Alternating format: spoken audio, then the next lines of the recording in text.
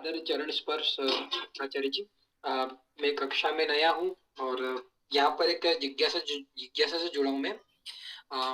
मेरा एक प्रश्न है, सामान्य है, मगर मैं एक बहुत आपके पास में आशा से आया हूँ। मेरा प्रश्न यह है कि कई बहनें हैं मेरी, वो यानी कि पुराण को ज्यादा मानती है। वो मुझे उनसे भी इतना कोई दिक्कत नहीं है, मगर उनके मन में ये बात जो हमारे टीवी पे कथाकार जी आती है, उन्होंने ये स्थापित कर दी कि लड़कियां, कन्या है, जो स्त्री है वो गायत्री मंत्र नहीं पढ़ सकती है। तो इसके विषय में आप यदि कुछ बोलो तो मैं उसको वहां तक पहुंचा सकूं। अन्यथा अभी उसको मैं कक्षा में जोड़ने वाला था, मगर उसकी यूट्यूब पे कंपटीशन जो परीक्षा चल रही है उसकी कक्षा चल रही है, इसलिए वो आ नहीं पाई। तो मुझे कुछ प्रमाण मिल जाते या कुछ चीजें मिल जाती जो उसके सामने रख पाता मैं, तो आपकी बड़ी कृपा होती। अति उत्तम।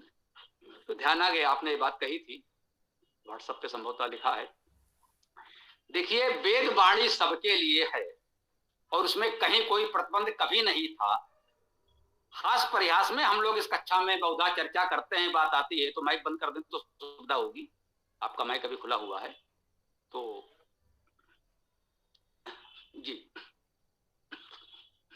ये पौराणिक लोग सरस्वती की पूजा करते हैं, अच्छी बात है। सरस्वती कौन है?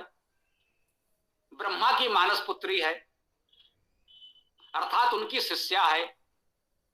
हमारे आदि पितामह ब्रह्मा जी, जिनके चार मुख चार वेदों के प्रतीक दिखाए जाते हैं कि वो चारों वेद उनसे हमको प्राप्त हुए, संसार में फैले, उन्होंने किससे प्राप्त किए उस विषय पर हम नहीं जाएंगे क्योंकि आपका विषय आगे का है, सरस्वती का। तो ब्रह्मा के मानस संतानों में एक सरस्वती भी है।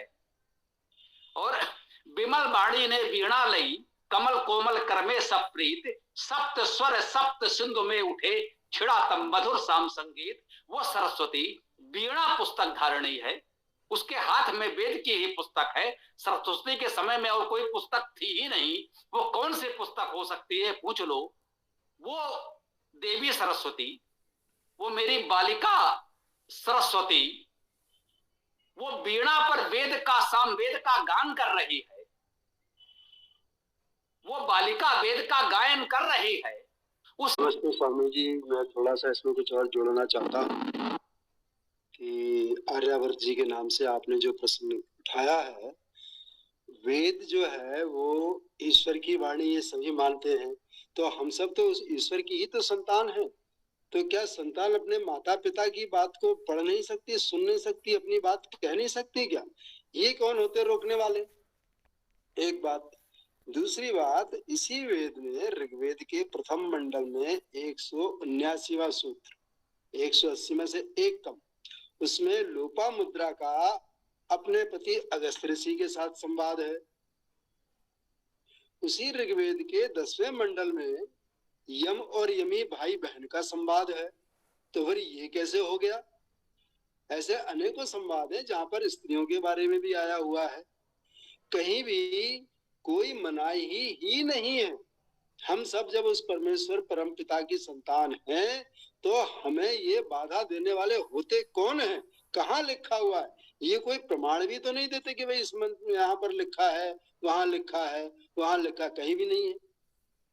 जो आधुनिक काल में हमारे धर्माचार्य बैठे हुए हैं, जिन्हें हम शंकराचार्य कहते हैं, उनके आदि गुरु जगत शंकराचार्य, और उन शंकराचार्य का शास्त्रार्थ हुआ मंडन मिश्र जी से, और उसका जो है न्यायकर्ता के लिए किसे बैठाया गया? मंडन मिश्र की पत्नी को।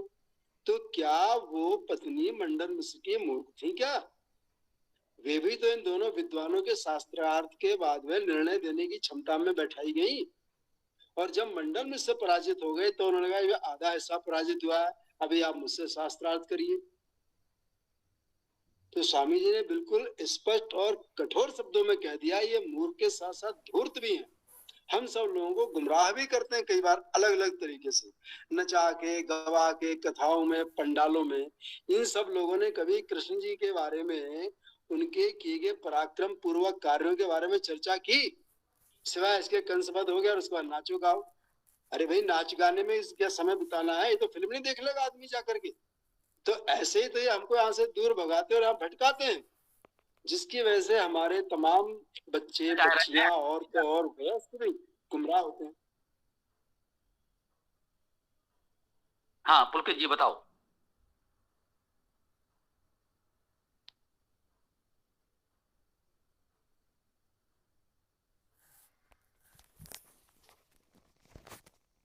हाँ भाई पुलकित जी।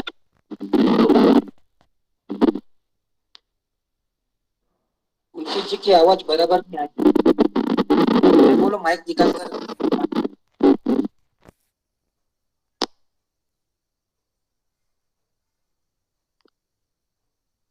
सीताराम जी आवाज आ रही है क्या मेरी?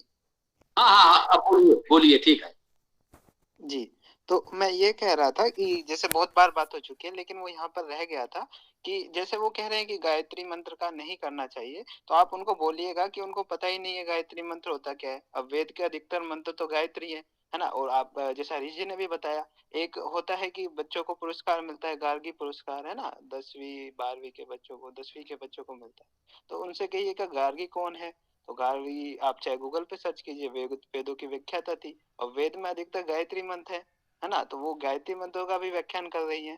तो कौन मना ही कर सकता है कि वो नहीं कर रही, क्योंकि इतिहास में हुआ है। और सभी जितने भी बड़े बड़े भाष्यकार हुए सभी ने उनका समर्थन किया है। ऐसा कोई भी एक नहीं मिलेगा जो गार्गी का विरोधी हो, है ना। और उनके बहुत सारे शास्त्रार्थ भी हुए थे, ऐसा भी हमें सुनने को मिलता है। तो इस तरीके से आप उनको बताइएगा कि उनको पता ही नहीं है, जो गायत्री मंत्र ये कह रहे हैं, बोलने को मना कर रहे हैं, वो उच्च नीच छंद का मंत्र है ना। तो इनको पता ही नहीं है जिनको, तो उन मूर्खों की बातों पे इतना मतलब ध्यान देना ही क्यों, है ना। उनकी बात ध्यान देने लायक ही नहीं है, तो उन्हें छोड़ दिया जाए। बस इतना ही कहना था। बहुत अच्छी बात बताई इन्होंने गार्गी की। अब ये एक सामान्य सी थोड़ा सा हल्के कह लें परिहास की जानकारी मान लें। गार्गी जो थी याज्ञवल्क ऋषि से उनका शास्त्रार्थ हुआ। शास्त्रार्थ में याज्ञवल्क जी एक सीमा के बाद उत्तर नहीं दे पाए। गार्गी के प्रश्न चलते रहे, वो उत्तर देते रहे, और एक स्थिति ऐसी आ गई कि याज्ञवल्क जैसे विद्वान निरुत्तर हो गए, गार्गी के प्रश्नों का उत्तर नहीं दे सके, कह सकते हैं उत्तेजित हो गए, क्रोधित हो गए कि बोले बस बहुत हो गया गार्गी, अब इसके आगे बोली तो तेरा सर तोड़ देंगे, या कुछ इस तरह मतलब वर्णन मिलता है। बहुत क्रोधित होकर के उन्होंने बड़ी ऐसी बात भी कह दी, और उसके बाद विषय को शांत किया गया। और विषय शांत किया गया, ये कथा बताना मेरा उद्देश्य नहीं था। असली बात तो इसके बाद है। उसके बाद दोनों एक दूसरे की विद्वता से इतने प्रभावित हुए कि याज्ञवल्क जी ने गार्गी से विवाह कर लिया। शास्त्रार्थ में पराजित होने के बाद उससे इतना प्रभावित हुए कि उससे विवाह कर लिया। उनकी एक पत्नी मैत्रेयी और थी, लेकिन उन्होंने गार्गी की विद्वता से प्रभावित होकर दूसरा विवाह कर लिया। तो महिलाएं हमारे यहाँ वेद की इतनी विद्वान होती आई हैं, और एक गार्गी नहीं, ऐसे बहुत गार्गी मैत्रेयी दो तो नाम यही आ गए, और ऐसे जाने कितने मिलेंगे। उनकी कथा कहने बैठेंगे तो फिर तो अनंत कथा हो जाएगी। लेकिन इतना जान लें कि वेद में भी मंत्रों की दृष्टा महिलाएं हैं, ऋषिकाएं हैं, श्रद्धा भी ऋषिका है, और भी हैं। तो ये प्रकरण यहाँ पर मैं समझता हूँ कि अब विराम देने की स्थिति में आ गया है, पर्याप्त समय भी हो गया है। तो आचार्य जी एक अंतिम प्रश्न है बस। जी बोलिए। आपने इतना बताया, मैं उसके लिए आपका बहुत कृतज्ञ हूँ, बहुत आभारी हूँ आप सभी का। एक अंतिम प्रश्न है, आपने अपनी बात रखी थी तो उसमें कहा था कि ईश्वर ने कहा है कि मेरा जो भी कुछ है वेद का वो सब सभी मनुष्यों के लिए है। तो वो कहाँ पे लिखा हुआ और वो कैसे लिखा हुआ, थोड़ा सा मुझे बता देंगे आप?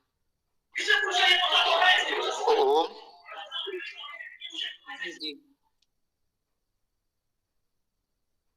हाँ हरि जी बोलिए। हाथ उठाया। यजुर्वेद के 26वें अध्याय का दूसरा मंत्र है जी, उसमें क्या लिखा है? यथे माम वाचम कल्याणी महावधानी जनेभ्या ब्रह्म राजन्याभ्याम शूद्राय स्वाय चा चारणाय चा। और इसका अर्थ? इसका अर्थ स्वामी जी ही कर देंगे कि मेरी वेदवाणी जो है, ईश्वर ने कहा है कि मेरी जो वेदवाणी जो है वो सभी के लिए है। ब्रह्मराजन्याभ्याम शूद्राय स्वाय च चारणाय च। समझ गए? अगर आज की भाषा में कहें तो इसका अर्थ हुआ ब्रह्मवेत्ताओं के लिए, ब्राह्मणों के लिए, राजन्याभ्याम अर्थात राज कर्मचारियों, सैनिकों, क्षत्रियों के लिए, शूद्राय शुद्ध करता, समाज को शुद्ध परिशुद्ध करने वाले, परिशोधन करने वाले तकनीकी विदों के लिए, स्वाय चारणाय और जो अपने सेवक नौकर चाकर जिन्हें आप कहते हैं चारणाय कहा गया है, उन सब के लिए। आपके घर में वेद हो, पूरा परिवार पढ़े, पड़ोसी पढ़े, आपके नौकर चाकर पढ़े। मुगल काल के कवि केशव दास जी हैं, मुझे स्मरण हो आया, उन्होंने बड़े ही वैसे कहा है, भाषा बोल न जानहि जिनके कुल के दास, भाषा कवि यस मंद मति तेहि कुल केशव दास। कहते हैं कि हमारे तो घर के नौकर चाकर भी संस्कृत ही बोलते हैं, वेद ही पढ़ते हैं। ये लोक भाषा, ब्रज भाषा तो हमारे घर के नौकर चाकर भी नहीं जानते, और उस ब्रज भाषा में मैं कविता कर रहा हूं। मेरे लिए इससे गिरी हुई बात और क्या होगी? रोजी रोजगार के लिए कुछ भी करना पड़े। तो अभी मुगल काल तक की तो स्थिति ये है, वैदिक काल की तो बात ही छोड़ दीजिए। ठीक है? ओम। आपका बहुत बहुत आभार, सादर चरण स्पर्श।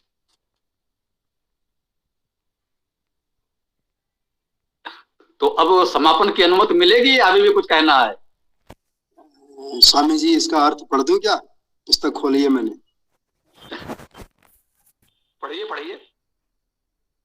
ये मंत्र अपना, यथे माम वाचम कल्याणी मावदानी जनेभ्यः ब्रह्मराजन्याभ्याम शूद्राय चार्याय च स्वाय चारणाय विप्रो वेदानाम दक्षिणाय दातुरे भूया समयम मे काम समृद्धता मुपमादो नमतु। इसका अर्थ ये लिखा है, इस मंत्र में उपमा अलंकार है। परमात्मा सब मनुष्यों के प्रति इस उपदेश को करता है कि यह चारों वेद रूप कल्याणकारिणी वाणी सब मनुष्यों के लिए मैंने उपदेश की है। इसमें किसी को अनधिकार नहीं है। सुनिए आर्यावर्त जी, इसमें किसी को अनधिकार नहीं है। जैसे मैं पक्षपात को छोड़ के सब मनुष्यों में वर्तमान हुआ प्यारा हूँ, वैसे आप भी हो। ऐसे करने से तुम्हारे सब काम सिद्ध होंगे। ये इसका यहाँ पर नीचे भावार्थ लिखा हुआ। ऋग्वेद में है ना ये नहीं, ऋग्वेद नहीं, सामवेद है, उसका 26वां अध्याय का दूसरा मंत्र। नहीं, यजुर्वेद है। यजुर्वेद 26वें अध्याय का दूसरा मंत्र। बहुत बहुत धन्यवाद। अच्छा, मैं आज यह प्रथम बार जाना हूँ कि गायत्री मंत्र यानी वेदों को भी गायत्री मंत्र कहा जाता है, वेदों के मंत्र को। नहीं, सुन लीजिए, गायत्री एक छंद का नाम है। जैसे रामचरितमानस में सबसे अधिक क्या है? चौपाई, फिर कुछ दोहे, सोरठ आदि भी हैं। वैसे ही वेद में सर्वाधिक छंद गायत्री है। वेद में 21 प्रकार के छंद हैं, उनमें एक गायत्री है, और वेद के अधिकतम मंत्र गायत्री छंद में हैं। गायत्री एक छंद है जिसमें 8-8 वर्णों के 3 चरण होते हैं, उसे गायत्री कहते हैं। गायत्री एक मंत्र नहीं है, वेद में हजारों गायत्री मंत्र हैं। एक तो ये जान लें, किसी एक मंत्र का नाम गायत्री मंत्र नहीं है, वेद में हजारों गायत्री मंत्र हैं। अब वो बाबा जी को तो पता नहीं होगा, वो बाबा जी ने तो वेद देखे सुने नहीं, वो मूर्ख हैं और दूसरों को मूर्ख बनाने पर लगे हैं। ओम। सादर चरण स्पर्श। बहुत बहुत आभार आप सभी का।